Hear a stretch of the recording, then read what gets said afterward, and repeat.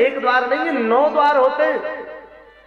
2 नेत्र हैं, 2 कान हैं, 2 नासिका के छिद्र हैं, मुखारबिंद है और 2 उपस्थित इंद्रियां हैं। हो गए 9। नवद्वारे पुरे देही, इस देह में 9 द्वार हैं। और किसी को मानस तन मिल जाए, बड़े भाग मानुष तन पावा।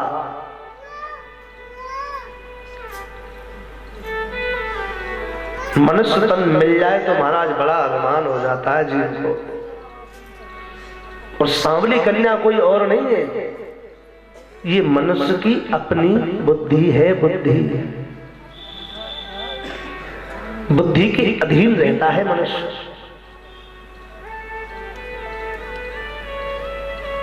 दस जो दासियां है ना इसकी, 5 इधर और 5 इधर, ये कोई और नहीं है, ये हमारी 10 इंद्रियां हैं। 5 कर्मेंद्रियां और 5 ज्ञानेंद्रियां। 5 हमारी इच्छा से चलती हैं और 5 अपनी इच्छा से चलते हैं।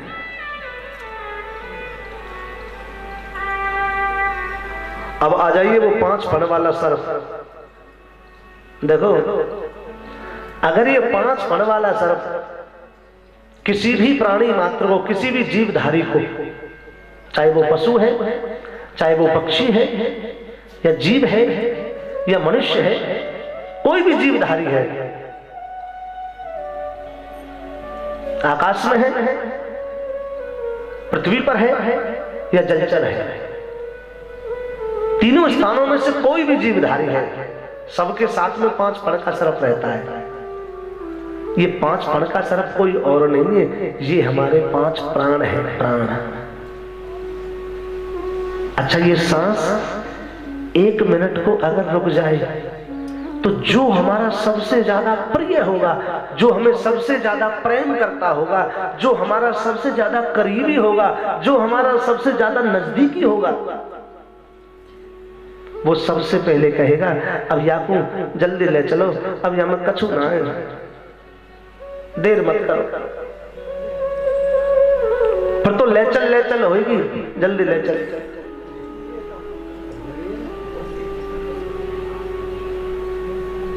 देखो किसी ने लिखा है, 4 दिनों की प्रीत जगत में, 4 दिनों की प्रीति जगत में 4 दिनों के नाते हैं। इन पलकों के पर्दे गिरते ही सब नाते मिट जाते हैं। जिस दिन ये पलकों के पर्दे गिर गए ना, सब नाते वहीं समाप्त कर। एक छोटा सा फोटो बनवा देंगे बेटा और दीवार पर लटकवा देंगे। जो तू 24 घंटे बकर बकर बकर बकर करता रहता था ना, शांत लटका रहेगा फोटो में, कुछ नहीं कह सकता है। जिसके शरीर से ये 5 प्राण अलग हो गए ना, कुछ नहीं है, माटी है। अब आती है विसूचीन की बात। विसूचीन कोई और नहीं है सज्जनों, विसूचीन है साक्षात यमराज। और जो मैंने बताया था ना, उसकी एक बेटी थी जिसका नाम था जरा। वो कोई जरा बेटी नहीं है उसकी, वो उसकी एक सेवक है। और जिस सेवक का नाम है बुढ़ापा। क्या नाम है उसका? बुढ़ापा। बुढ़ापा एक कड़वा सच है सज्जनों। कोई भी प्राणी ये नहीं सोचता कि मैं बुढ़ा हो जाऊं। सब सोचते हैं कि मैं हमेशा जवान ही बना रहा हूं, मैं बुढ़ा होना नहीं चाहता। लेकिन बुढ़ापा आएगा और मैं रोक नहीं सकता, दोनों बात सत्य है। बुढ़ापा आएगा और मेरी इतनी सामर्थ्य भी नहीं है कि मैं उसको रोक सकूं। बुढ़ापा आया, शरीर कमजोर हो गया, निर्बल हो गया, और एक दिन ऐसी चढ़ाई की यमराज जी ने और हमारा राम नाम सत्य और हो गया। अच्छा, दूसरी एक बात और है, मौत जीवन में मनुष्य को 4 संदेश देती है। इसमें भी 2 भेद हैं। एक जो वहां से संदेशा आता है तब मौत होती है, और एक हमारी इच्छा से मौत होती है। दोनों मौतों में भेद है।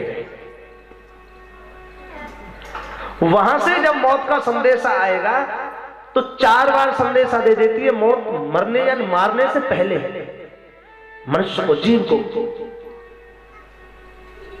4 घंटियां बजती है मौत की जीवन में। पहली जब घंटी बजेगी, उम्र के तहत तेरे यहां सफेदी आ जाएगी, बाल सफेद हो जाएंगे। यानी मौत ने पहला संदेशा तुझे दे दिया है कि अब थोड़ा भजन वजन करना प्रारंभ कर दे, अब सूचना मिल चुकी है महाराज की। अच्छा, उनको काले तो कर लेंगे, सुंदर प्रोडक्ट का इस्तेमाल करके उनको काले तो कर लेंगे, लेकिन माला लेकर भजन नहीं कर सकते हैं। दूसरा संदेशा जब मौत भेजती है ना, इनसे दिखना कम हो जाता है। बोले महाराज तकनीक बहुत है, बड़े बड़े सुंदर सुंदर टेक्निक के लेंस चले हुए हैं, पहले से भी ज्यादा मलूक दिखे महाराज। वो सुविधा अपना लेंगे लेकिन भजन नहीं करेंगे। तीसरी बार मौत संदेशा देती है, बत्ती सी निकल के बाहर आ गई। बड़े बड़े व्यंजन, बड़े बड़े पकवान खाए तूने, अब हल्का भोजन कर, दलिया खा और भगवान का भजन कर ले।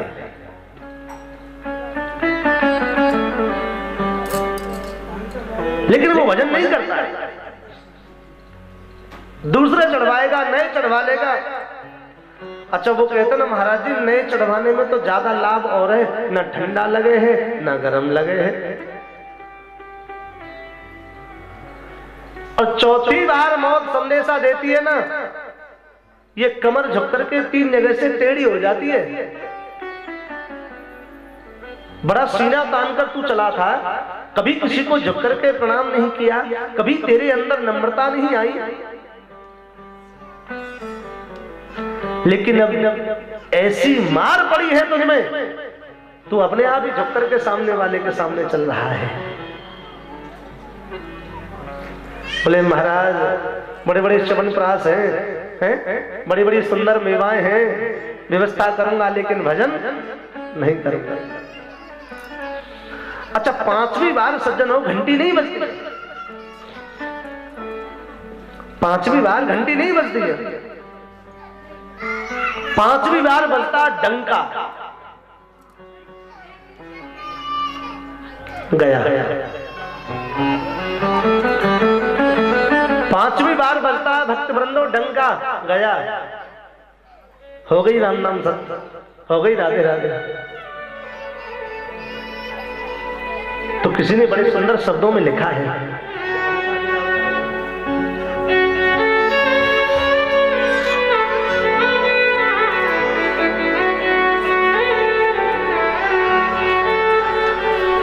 जब हंसा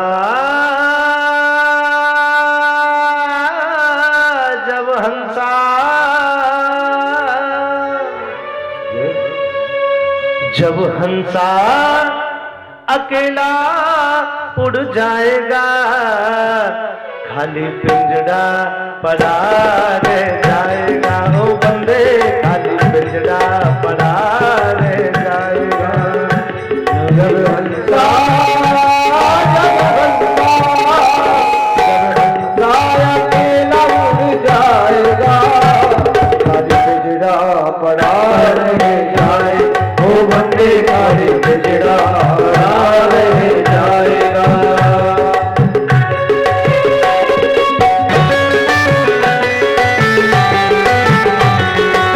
हरि बोल।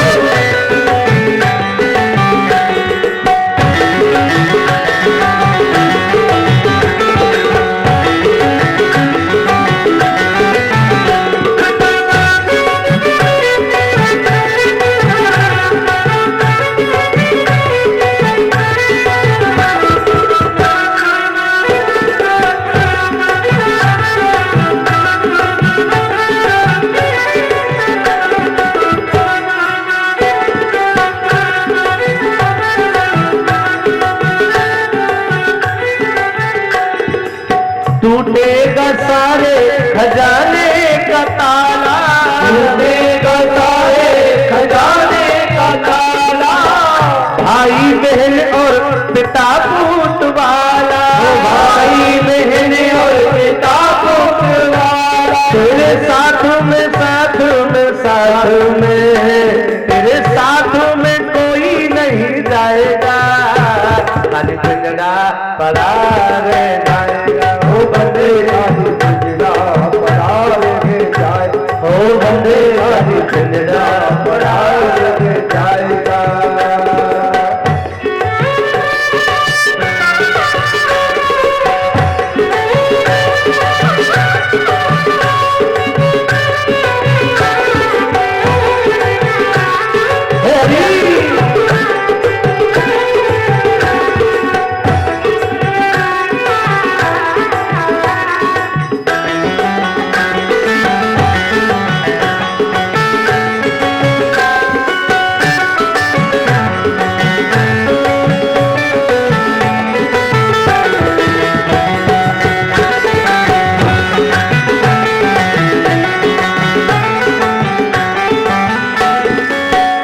आगे कितनी सुंदर बात लिखी है।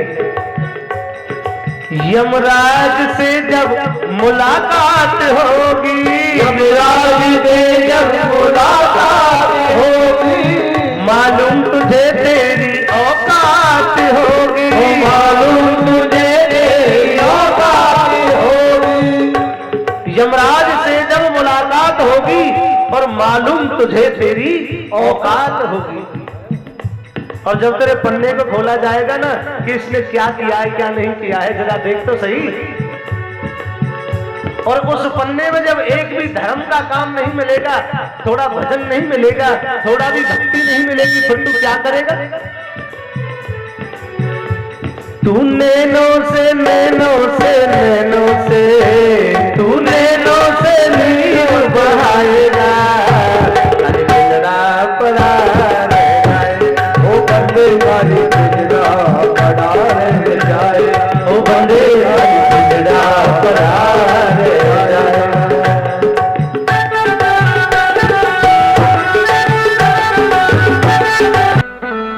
पशु की बलि देते हो, इसका कारण क्या है?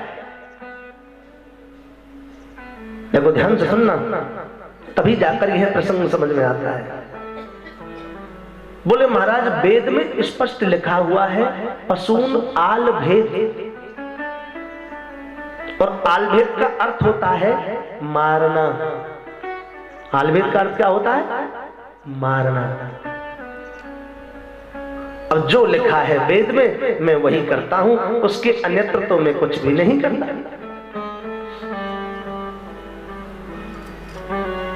देवऋषि नारद कहने लगे बहुत अच्छी बात है,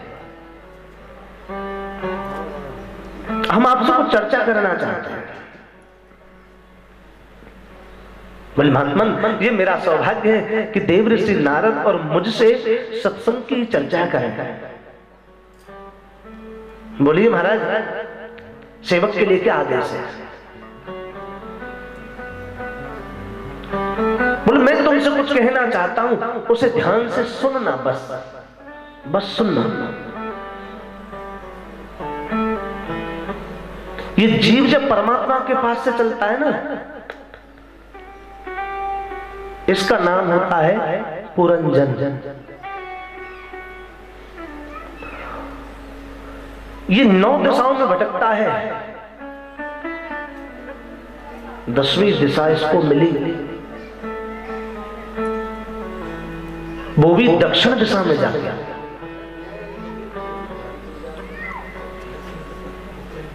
दक्षिण दिशा में इसको एक 9 द्वार का महल मिला, बड़ा सुंदर महल है जी, और उस महल में 9 दरवाजे हैं।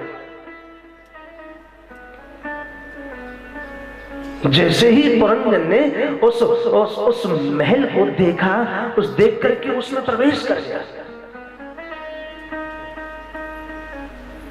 इतना सुंदर महल किसी को मिल जाए तो इच्छा होती है कि हम इसमें प्रवेश कर जाएं, इसमें रहें, इसको देखें कि आखिर इसकी शोभा कैसी है। तो पुरंजन कर जाता है प्रवेश।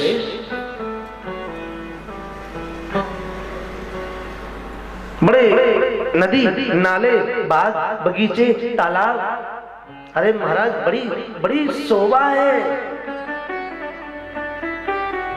जब नगर में पुरंजन टहल रहा था, भ्रमण कर रहा था, यहां उसे एक सांवली कन्या मिलती।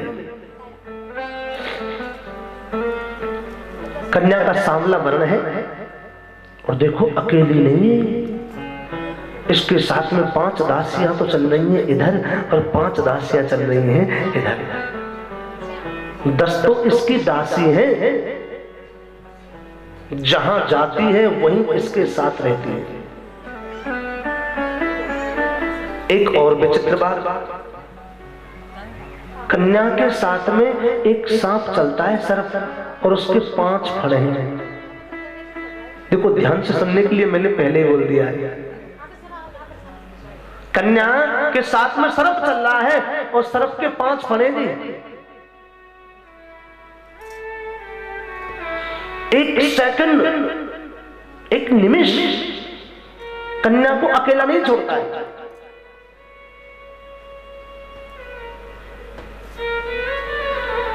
इस पुरंजन का मन आ गया कि मैं इस कन्या के साथ में विवाह कर लूं। सुंदर रूप को देख करके मुग्ध हो गया और पुरंजन ने सांवली कन्या के साथ में विवाह रचा लिया। अब वो हो गया पुरंजन और वो हो गई पुरंजनी। बड़े आराम से मदमस्त होकर महल में वास कर रहा है।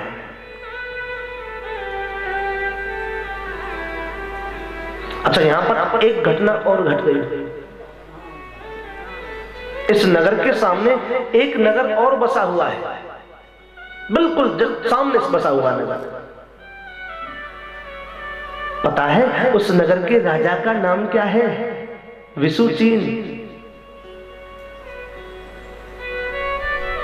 और दोनों का आपस में बड़ी शत्रुता, कट्टर बैर है।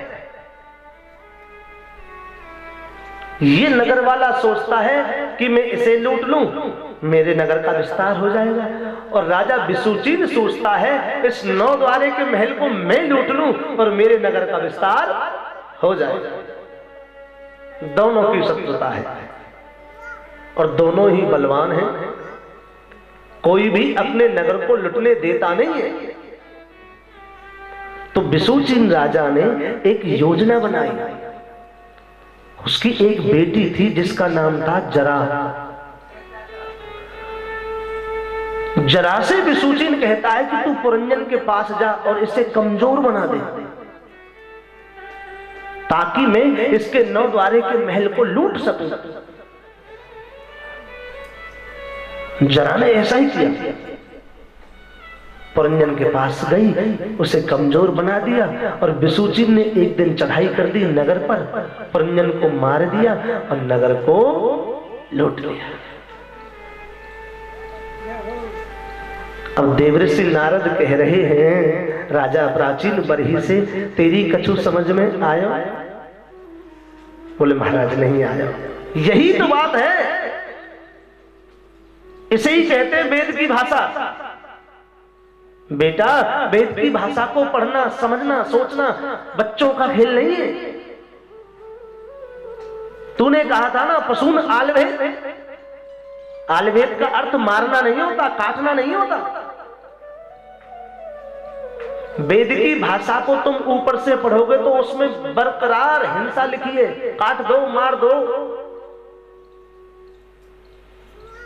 लेकिन गहराई से पढ़ोगे, शुद्ध अर्थ निकालोगे तो उसमें एक ही बात निकलती है, अहिंसा परमो धर्म। अहिंसा ही परम धर्म है। अच्छा, ये पढ़ाई आधी सूखी, ये हम सनातनियों को आधी सूखी पढ़ाई है वेद की। ध्यान से सुनना, अहिंसा नहीं करनी चाहिए, अहिंसा परमो धर्म, हिंसा नहीं करनी चाहिए, अहिंसावादी बनना चाहिए। लेकिन पीछे और भी लिखा है, अपने धर्म के लिए, अपने ठाकुर जी के लिए, अपने राष्ट्र को बचाने के लिए अगर मनुष्य को हिंसा भी करनी पड़े तो भी पाप नहीं है। किसी से हिंसा मत करो, लेकिन अपने धर्म पर, अपने राष्ट्र पर अगर कोई आंच आ रही हो, निष्प्रगर खड़े हो जाओ। हिंसा करने में भी पाप नहीं है, यह भी वेद कहता है। अब देवर्षि नारद कह रहे हैं, बेटा सुन, पुरंजन कोई और नहीं है, ये मनुष्य की आत्मा है। दक्षिण दिशा में इसे जो 9 द्वार का महल मिला है ना, वो कोई और नहीं है, ये मानव का शरीर है। और सज्जनों, मानव के शरीर में 9 द्वार होते हैं, एक द्वार नहीं है, 9 द्वार होते हैं। 2 नेत्र हैं, 2 कान हैं, 2 नासिका के छिद्र हैं, मुखारबिंद है और 2 उपस्थित इंद्रियां हैं। हो गए 9। नवद्वारे पुरे देही, इस देह में 9 द्वार हैं। और किसी को मानस तन मिल जाए, बड़े भाग मानुष तन पावा।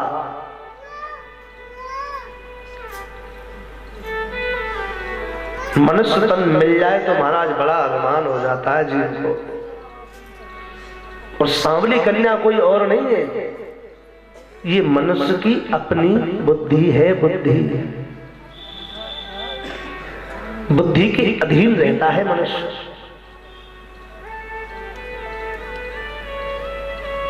दस जो दासियां है ना इसकी, 5 इधर और 5 इधर, ये कोई और नहीं है, ये हमारी 10 इंद्रियां हैं। 5 कर्मेंद्रियां और 5 ज्ञानेंद्रियां।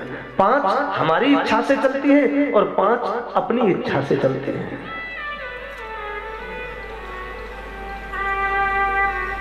अब आ जाइए वो 5 फण वाला सर्प।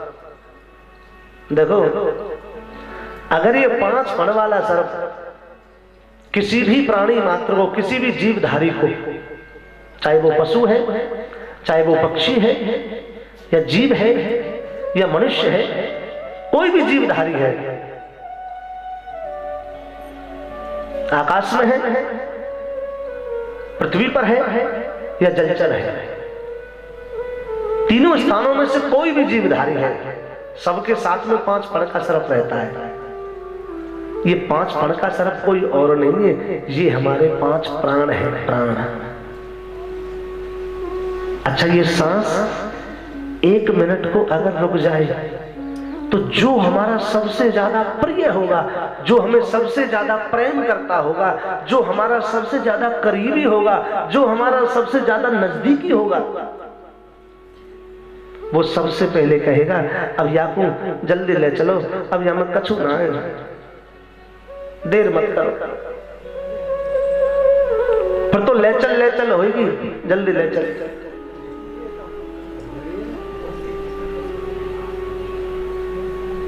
देखो, किसी ने लिखा है, 4 दिनों की प्रीत जगत में, 4 दिनों की प्रीति जगत में 4 दिनों के नाते हैं।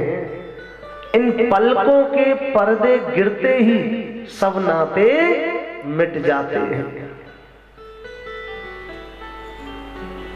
जिस दिन ये पलकों के पर्दे गिर गए ना, सब नाते वहीं समाप्त। एक छोटा सा फोटो बनवा देंगे बेटा और दीवार पर लटकवा देंगे। जो तू 24 घंटे बकर बकर बकर बकर करता रहता था ना, शांत लटका रहेगा फोटो में, कुछ नहीं कह सकता है। जिसके शरीर से ये 5 प्राण अलग हो गए ना, कुछ नहीं है, माटी है।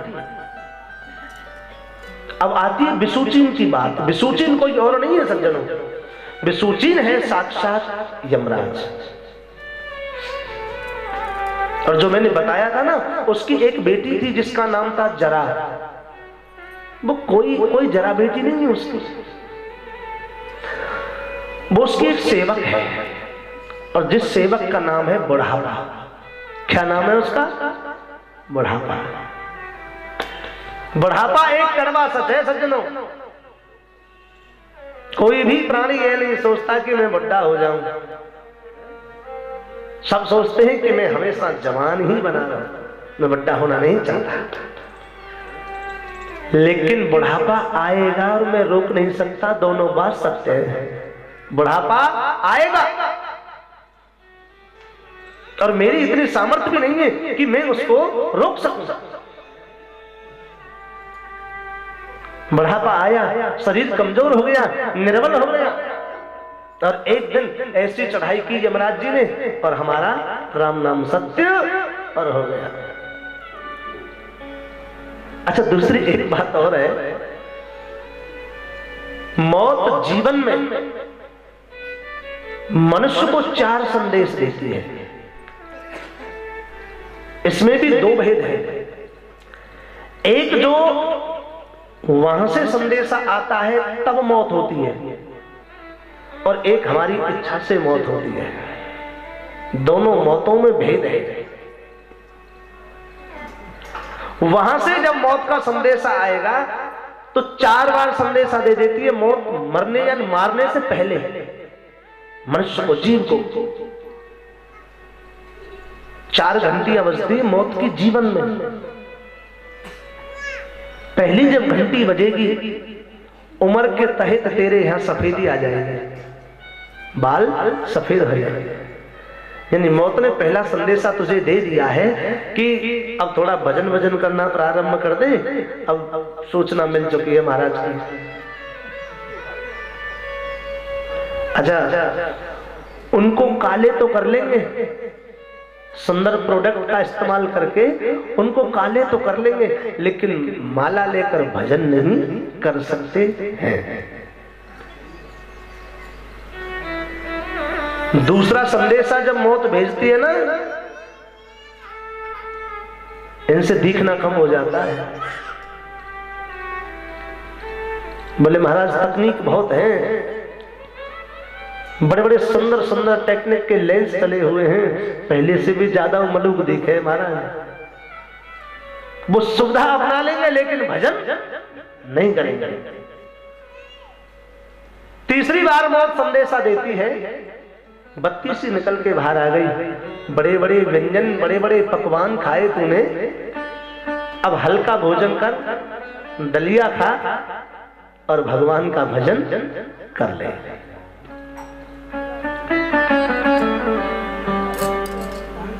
लेकिन वो भजन नहीं करता है, दूसरे चढ़वाएगा, नए चढ़वा लेगा। अच्छा, वो कहते ना महाराज जी नए चढ़वाने में तो ज्यादा लाभ और है, ना ठंडा लगे है ना गर्म लगे है। और चौथी बार मौत संदेशा देती है ना, ये कमर झुक करके 3 जगह से टेढ़ी हो जाती है। बड़ा सीना तान कर तू चला था, कभी किसी को झुक करके प्रणाम नहीं किया, कभी तेरे अंदर नम्रता नहीं आई, लेकिन अब ऐसी मार पड़ी है तुझमें, तू अपने आप ही झुक करके सामने वाले के सामने चल रहा है। बोले महाराज बड़े बड़े च्यवनप्राश हैं, बड़ी बड़ी सुंदर मेवाएं हैं, व्यवस्था करूंगा लेकिन भजन नहीं करूंगा। अच्छा, 5वीं बार सज्जन हो घंटी नहीं बजती, 5वीं बार घंटी नहीं बजती है, 5वीं बार बजता डंका। गया 5वीं बार बजता भक्त वृंदो डंका, गया। हो गई राम नाम सत्य, हो गई राधे राधे। सुंदर शब्दों में लिखा है,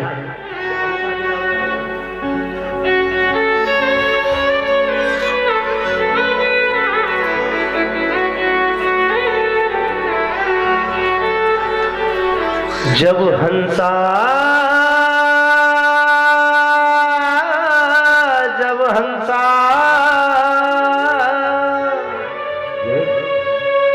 जब हंसा अकेला उड़ जाएगा, खाली पिंजड़ा पड़ा रह जाएगा। ओ बंदे खाली पिंजड़ा पड़ा रह जाएगा। जब हंसा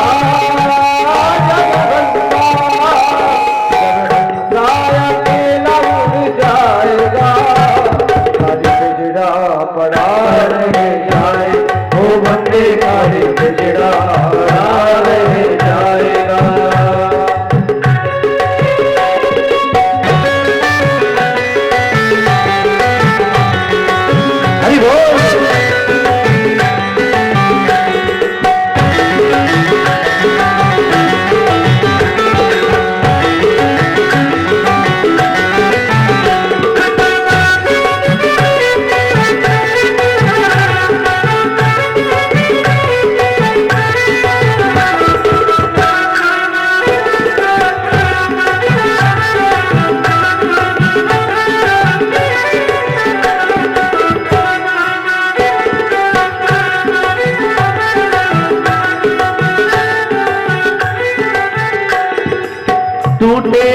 सारे खजाने का ताला, खुलने का सारे खजाने का ताला।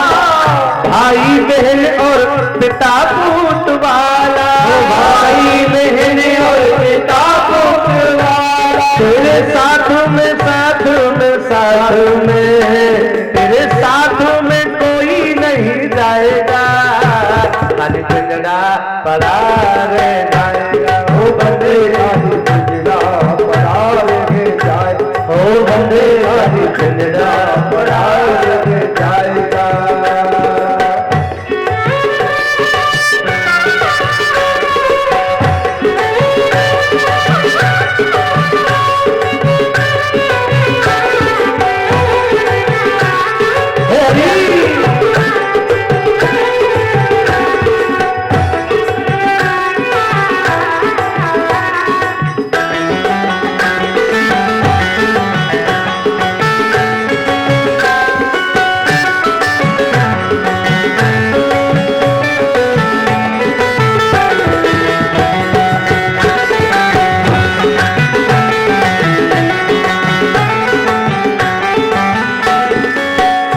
आगे कितनी सुंदर बात लिखी है। यमराज से जब मुलाकात होगी, यमराज से जब मुलाकात होगी, मालूम तुझे तेरी औकात होगी, मालूम तुझे तेरी औकात होगी। यमराज से जब मुलाकात होगी और मालूम तुझे तेरी औकात होगी। और जब तेरे पन्ने को खोला जाएगा ना कि इसने क्या किया है क्या नहीं किया है, जरा देख तो सही। और उस पन्ने में जब एक भी धर्म का काम नहीं मिलेगा, थोड़ा भजन नहीं मिलेगा, थोड़ा भी भक्ति नहीं मिलेगी, फिर तू क्या करेगा? तू नैनो से नैनो से नैनो से, तू नैनो से नींव बहाएगा, अरे पिंजड़ा पड़ा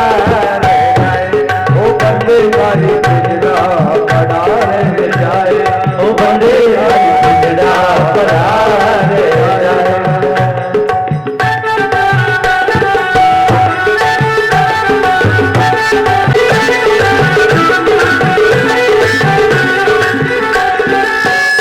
इसलिए कविवर कहता है बड़े सुंदर शब्दों में, आओ प्यारे मिलकर करे प्रभु की चर्चा, आओ प्यारे मिलकर करे प्रभु की चर्चा, आओ प्यारे मिलकर करे प्रभु की चर्चा, आओ प्यारे मिलकर करे प्रभु की चर्चा।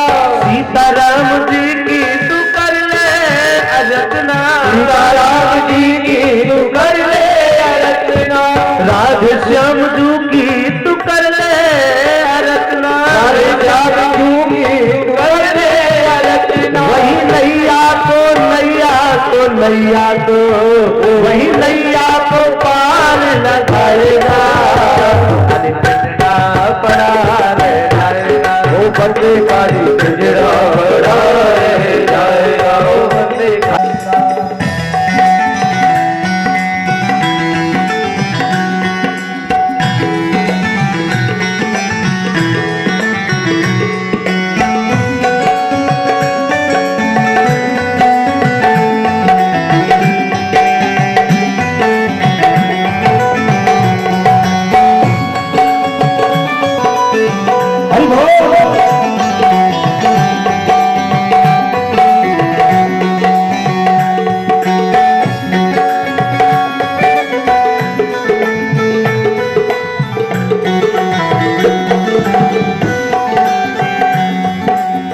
राधे राधे राधे राधे राधे गोविंदा, राधे राधे राधे राधे राधे गोविंदा, राधे गोविंदा भज वृंदावन चंदा, राधे गोविंदा भज वृंदावन चंदा।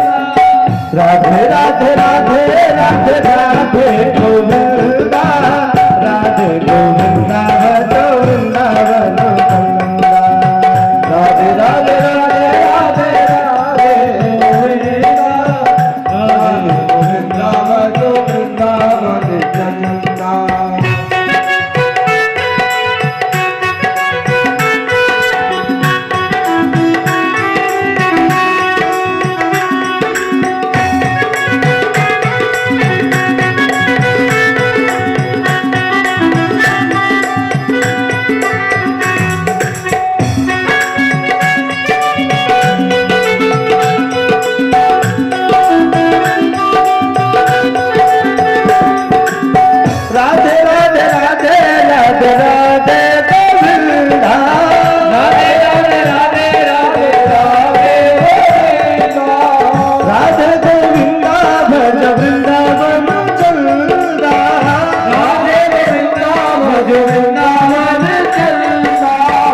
राधे राधे राधे राधे राधे गोविंदा राधे गोविंदा भजो वृंदावन राधे राधे राधे राधे राधे गोविंदा राधे गोविंदा भजो वृंदावन चलना गोविंदा भजो वृंदावन चलना राधे गोविंदा भजो वृंदावन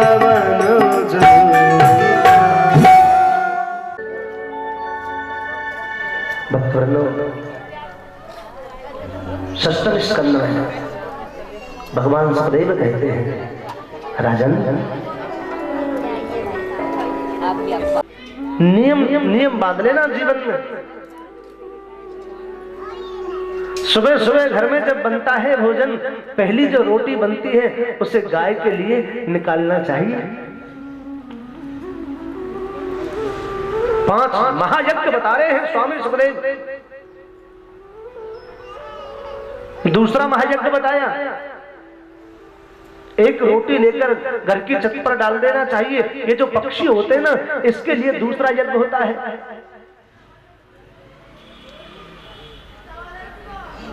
तीसरा महायज्ञ बताया, कोई अतिथि आ जावे तो ज्यादा नहीं थोड़ा बने उसको दान कर देना चाहिए। चौथा महायज्ञ बताया, थोड़ा आटा भूनकर चींटियों के बिल पर डाल देना और चाहिए। पंचम महायज्ञ बताया, सायंकालीन बेला में जब घर में भोजन बनता है तो ज्यादा ना हो 2 रोटी फालतू बनावे। सुबह जो श्वान होते हैं, कुत्ते जो होते हैं, उनके लिए खड़े होते हैं डाल देना चाहिए। ये 5 प्रकार के महायज्ञ शास्त्र में बताए हैं। जो नियमित इन कर्मों को करता है, कभी भी दरिद्रता उसके द्वार पर नहीं फटकती है। ये शास्त्रों का वर्णन है। स्वामी सुखदेव बता रहे परीक्षित, मैंने अभी बताया था ना, 2 इंद्री बड़ी खतरनाक है, ये हमारे नेत्र और हमारे कान। एक पंडित जी रहते थे एक नगर में। पंडित जी का नाम था अजामिल। अजामिल नाम का ब्राह्मण रहता था, बड़ा वेद पाठी। यज्ञ करना, यज्ञ कराना, विद्या अध्ययन करना और विद्या अध्ययन कराना, दान देना और दान लेना, ये 6 कर्म बताए हैं किसके? ब्राह्मण के। ये 6 कर्म अजामिल के अंदर विद्यमान है।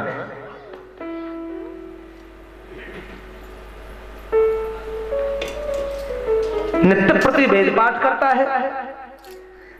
घर में एक बड़ी सुशील धर्मपत्नी है और एक बेटा है। एक बार हवन करा करके लौट रहा था तो किसी मनुष्य को गणका के साथ में समागम करते हुए उसने देख लिया। नेत्रों ने देखा, काम हृदय में कर गया प्रवेश। घर जाकर धार्मिक पुस्तकों को रख दिया और लौट करके गणका के पास में आ गया, वैश्या के पास में आ गया और कहने लगा, देवी आपको क्या चाहिए? आपको धन चाहिए ना, वो मैं तुम्हें दूंगा, तुम मेरे साथ मेरे घर चलो। उस वैश्या को, उस गणका को लेकर के वो पंडित जी अजामिल जो थे ना, वो घर ले आए। गणका ने जब देखा उनकी सुशील धर्म पत्नी को, बोले ये कौन है? बोले हमारी पत्नी। बोले ये रहेगी तो हम तो नहीं रहेंगे। सुशील पत्नी का घर से त्यागन भी कर दिया। कल की कथा में मैंने बताया था ना, जब आती है सुरुचि तो सुमति को जाना पड़ता है, जब आती है मनुष्य के हृदय में कुबुद्धि तो सुबुद्धि को वहां से जाना पड़ता है। कुमति आने पर सुमति चली जाती है।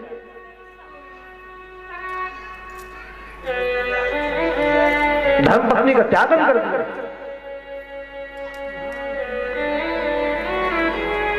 रात्रि गमिष्यति, रात्रि व्यतीत हुई, सवेरा हुआ।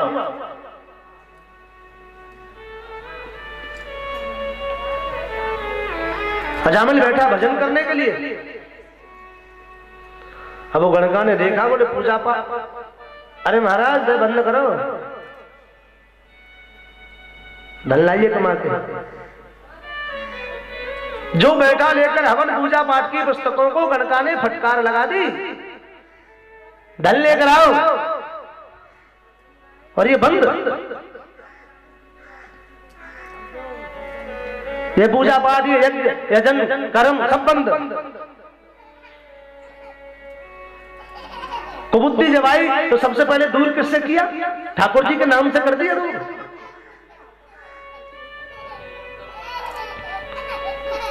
अब ब्राह्मण जो है महाराज नौकरी करने के लिए गया, अब जैसे तैसे थोड़े बहुत दिन नौकरी करके गुजारा किया तो वो नौकरी भी जाती रही। अब देखो, अब करने लग गया चोरी,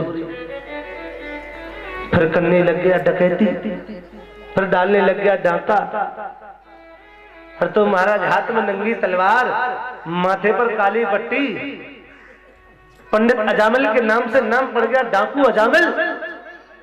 और जिस रास्ते से निकल जावे तो एक ही मिनट में पूरी बजरिया बंद रह जाए महाराज।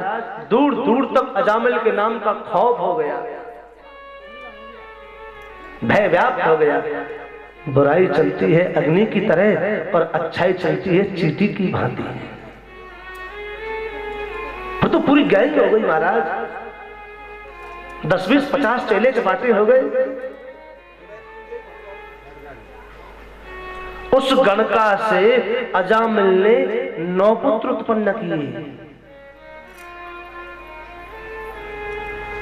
एक दिन गया था डाका डालने के लिए, घर में अकेली गणका है। संत जा रहे थे राम जी का दर्शन करने के लिए। जहां रात्रि संतों को हुई है वहीं अजामिल का गांव पड़ा। रात के समय में अंतिम पड़ाव संतों का पड़ा अजामिल के गांव में। संत कहने लगे, भैया कोई ऐसा भगवान का भक्त है जो हम संत 25 मूर्ति हैं, इनको थोड़े भोजन की व्यवस्था कर दे और ठाकुर जी का सत्संग हो जाए, हम भी ठाकुर जी का नाम सुनेंगे। अब किसी ने मजाक कर दिया। नाना प्रकार के, अनेक प्रकार की सोच वाले मनुष्य रहते हैं गांव में, सब जगह रहते हैं। अब उन्होंने कह दिया, बोले महाराज हमारे गांव में तो एक ही भगत है अजामिल। किसी ने मजाक कर दिया, तो महाराज हमारे गांव में तो एक ही भगत है अजामिल, बस तुम्हारी खातिरदारी वो ही कर सकता है। और सुनो, भजनानंदी बहुत बड़ा है। अरे महाराज भजन बहुत करता है। अब संतों ने उनका परिहास मजाक नहीं समझा, बोले भगत होते होगा। अजामिल के घर के पास से उनको छोड़ के और आया, दूर से घर का रास्ता घर दिखा दिया। बोले महाराज बोरा, अब तुम जानो तुम्हारा काम। अब संतों ने जाकर द्वार खटखटाया। द्वार जब खटखटाया, गणका ने द्वार खोला और गणका ने सामने संतों को पाया अपने द्वार पर। तो महाराज ठगी की ठगी रह गए, न कुछ बोल पाई न कुछ कह पाई। संतों को देखकर केवल दोनों हाथ जोड़ लिए और आंखों से अश्रु प्रवाह फूट पड़े, नेत्रों से केवल आंसू आया। सुनो, जब ये बोलना बंद कर देता है ना, तब ये प्रारंभ हो जाता है। नेत्रों से आंसू बह चले। संतों ने देखा, बेटी आखिर बात क्या है, हमें अंदर आने को नहीं कहोगे? हमारी बड़ी जिज्ञासा है, बड़ी अभिलाषा है तुम्हारे यहाँ भोजन करें, और आज रात्रि कालीन वेला में तुम्हारे यहाँ सत्संग हो। भोजन प्रसादी हमें नहीं मिलेगा? गणका रो पड़ी, रोते रोते कहने लगी, बाबा मेरे ऐसे भाग्य नहीं है जो मैं अपने हाथों से तुमको भोजन प्रसाद बना के पवा दूं। क्यों क्यों क्यों? मैं एक गणका हूं, एक वैश्या हूं महाराज, और यहाँ कोई भक्त अजामिल नहीं रहता, यहाँ डाकू अजामिल रहता है जो मेरा पति है। लूटपाट करना, मारपीट करना, ये उसका धर्म है, उसका कर्म है। आपके साथ किसी ने मजाक कर दिया। संत ने सोचा, अरे हम तो गलत जगह आ गए। ठीक है बेटे प्रणाम। जब जाने लगे 2 कदम रखते ही जो मठाधीश था वो वापस उसके द्वार पर आ गया। मन में विचार आया, हमारी तो बन गई, आज अजामिल की बिगड़ रही है, इसको बना करके हम चले, यही हमारा धर्म है, यही हमारा कर्तव्य है। बिगड़ी को बनाना, गिरते को संभालना। गिरा तो दुनिया देती है, लेकिन गिरते को जो उठाए उसे इंसान कहते हैं। गिरा तो सब देते हैं, लेकिन गिरते को हाथ पकड़ के जो उठा ले उसे इंसान कहते हैं।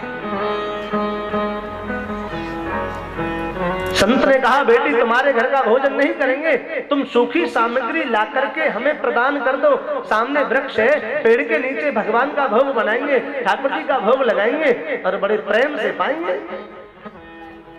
सूखी सामग्री ले ली। अरे महाराज, भगवान के लिए सुंदर भोग बनने लगे, व्यंजन बनने लगे। संतों ने भोग व्यंजन बनाए, ठाकुर जी का भोग लगाया। और मठाधीश जब थाली में सामने भोजन को देखकर पहला निवाला तोड़कर खाने लगा ना, रो गया। आज मैं इसके घर का नमक खाऊंगा, कर्जदार हो जाऊंगा, कुछ ना कुछ तो मुझे करना पड़ेगा।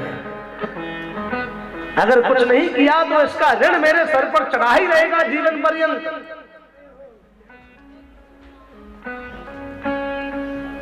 भक्त वृंदो, भोजन प्रसादी हो गई। एक चेला आकर के कहता है, बोले गुरुजी इसे ना गायत्री मंत्र दे दो, उसका जाप करेगा, इसके पाप नष्ट हो जाएंगे, इसको परम गति प्राप्त हो जाएगी। नहीं करेगा गायत्री। दूसरा चेला आकर कहने लगा, बोले गुरुजी वो इसको ना सुंदर कांड का पाठ बता दो, हनुमान जी इसकी बुद्धि शुद्ध कर देंगे। बोले सुंदर कांड नहीं करेगा, ये तो लंका कांड ही करेगा, इसको तो लूटपाट करनी है ना, तो लंका कांड ही करेगा।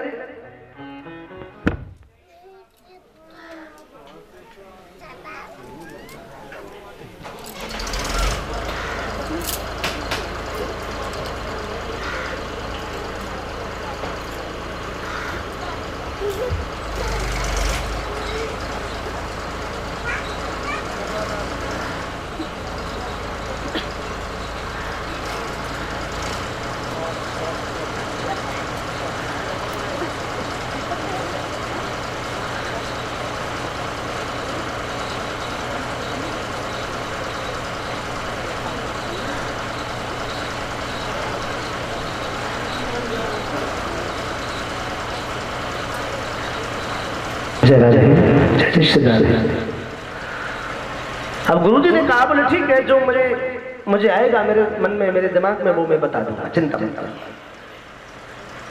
अब सुबह सुबह महाराज अजामिल आया, डांका डाल के लाया, बड़ी बड़ी पोटली गठली बांध करके लाया। और द्वार पर जब संतों को पाया ना, तो जोर जोर से बरसने लगा, चिल्लाने लगा, इन संतों को यहाँ किसने बुलाया है, किसने इनको रोका है, उनकी इतनी हिम्मत हो गई। अब गणका ने आवाज सुनी, बोले पतिदेव आ गए, संतों पर जोर जोर से बरस रहे हैं, शोर कर रहे हैं। अंदर से निकल करके आई और कहने लगे, कहा भयो हमने रोको,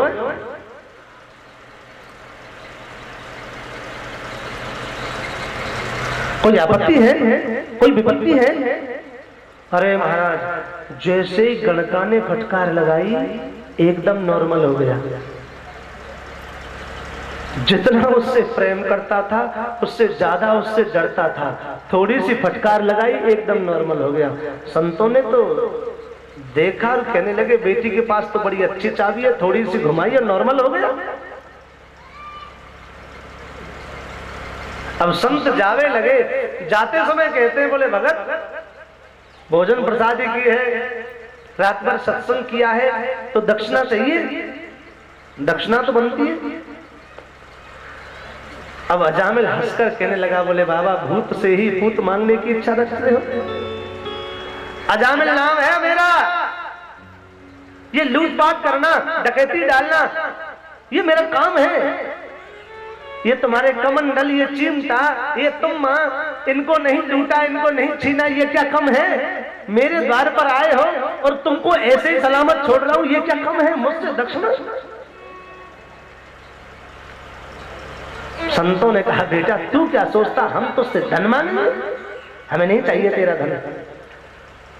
सब कुछ छोड़ करके घर छोड़ दिया, परिवार छोड़ दिया, सगे संबंधी छोड़ दिए, नाते रिश्ते खत्म कर दिए, तब जाकर संत बने हैं। उसको तो पहले ही छोड़कर आ गए, तू क्या सोचता हम धन मांगेंगे? धन नहीं चाहिए बेटा। हमने देखा है तेरी जो धर्म पत्नी है वो गर्भवती है। अब की बार उसके गर्भ से जो भी संतान जन्म लेना, बस तू उसका नाम नारायण रख लेना, यही हमारी दक्षिणा है। हमको तुझसे कुछ भी नहीं चाहिए रे। अजामिल कहने लगा ये तो कोई पुराना सा नाम है, नया सा रखेंगे। अब गड़का कहने लगी संत कह रहे तो एक बच्चे का नाम क्या नारायण नहीं रख सकते? कोई आपत्ति है? अरे महाराज ठीक है रख लो, कोई नहीं रख ले, तुम कहती हो तो रख ले। संत चले गए। 10वीं संतान के रूप में उसे बेटा ही हुआ। नाम तो संतों ने जन्म से पहले ही कर दिया नारायण। कितना सुंदर मुक्ति का मार्ग बता करके गए हैं। माला लेकर तो भजन नहीं करेगा, लेकिन दिन में 10 बार, 20 बार, 50 बार, 100 बार, 500 बार अपने बेटा के नाम तो गाएगा नारायण। 100 बार गाया तो 1 माला भजन हो गया। देखो हमारे जितने भी पुराने बुजुर्ग हैं ना, चाहे वो हमारी मैयाएं हैं, चाहे वो हमारे बाबा हैं, सबके नाम ठाकुर जी के नाम से जुड़े हुए हैं। किसी का घनश्याम है, किसी का नारायण है, किसी का राम नारायण है। सबके नाम से भगवान का नाम जुड़ा हुआ है। अब आज के नामों की अगर चर्चा करें, चिंटू पिंकू रिंकू चिंकू, अरे महाराज क्या नाम, क्या वर्ग, क्या बात है, जिसका कोई मतलब ही नहीं है। संतों ने तो मार्ग बता दिया। सदा जवानी रहनी नहीं है, बुढ़ापा भी आना है। बुढ़ापा आ गया अजामल को, वो लूट पाट डकैती बकैती सब बंद हो गई, पड़ाए चारपाई पर। जिसके मारे थर्राते थे लोग, आज उसके डर के मारे उसका बेटा भी नहीं मान रहा है। और ध्यान रखना, जो जीवन में दूसरों को डराते हैं एक दिन उनको खुद भी डरना पड़ता है। और जो किसी को नहीं डराते उसे किसी से डरने की जरूरत भी नहीं है। अजामिल पड़ा है चारपाई पर। यमराज जी ने दूतों को भेज दिया, बोले जाइए,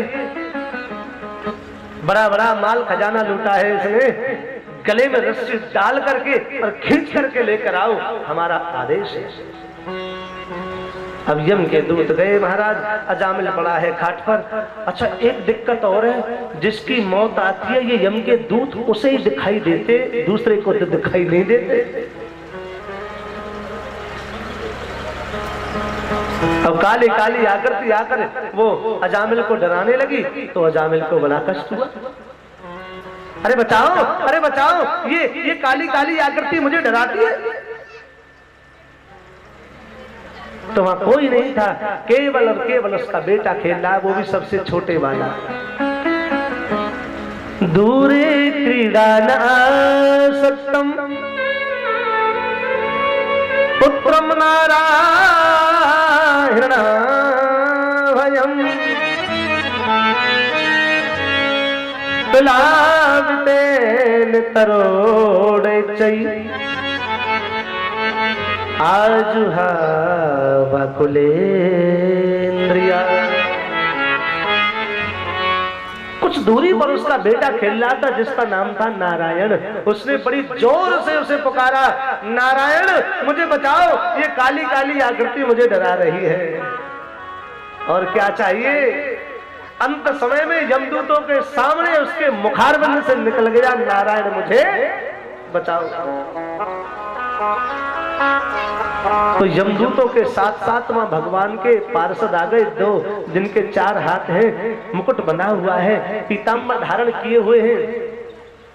सर्वे पदम फला साक्षा पीत कौसेयवाससा किरीटनो कुंडलनो लसत पुष्कर मालिना। आकर के उन पार्षदों ने यमदूतों में फटकार लगा दी, छोड़ो इसको, ये यमपुरी को नहीं जाएगा, ये हमारे नारायण के धाम को जाएगा, ये हमारे ठाकुर जी के धाम को जाएगा। अरे महाराज तुम कौन हो, हमारे काम में बाधा उत्पन्न करते हो। महाराज ने, मालिक साहब ने आदेश दिया है यमराज को पकड़ के लाओ, वो भी गले में रस्सी कस के बांध के लाना। मालिक, अब वो पार्षद हंसने लगे, कौन मालिक, कैसा मालिक? अब दूतों को तो यमराज ही सबसे बड़े मालिक दिखाई देते, उन्होंने तो कभी नारायण का नाम सुना ही नहीं, यमपुरी में रहते। बोले जाओ मालिक साहब से पूछ कर आओ, हम खड़े हैं यहाँ, जाएंगे नहीं जब तक तुम लौट करके नहीं आओगे। अब यम के दूत पहुंचे यमराज जी के पास में, यमराज आसन लेकर भजन कर रहे थे। अब जाकर यमदूतों ने शोर मचाना प्रारंभ कर दिया, महाराज ऐसी बेइज्जती करानी थी तो हमको क्यों भेजा? बोले अजामिल को पकड़ के नहीं लाए? बोले पकड़ने तो गए थे, पर वहां तो 4 हाथ वाले आ गए और कहने लगे, बोले ये यमपुरी को नहीं जाएगा, ये तो नारायण के धाम को जाएगा, इसने अंत समय में नारायण नाम लिया है। प्रभु ये नारायण आखिर है कौन, क्या है नारायण?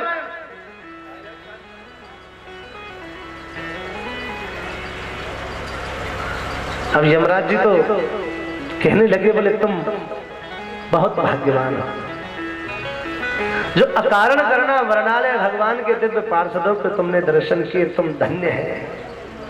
तुम हमेशा पूछते थे ना कि मैं किसका भजन करता हूं, तो सुनो, मैं इसी नारायण नाम का भजन करता हूं। मैं तो नौकर हूं,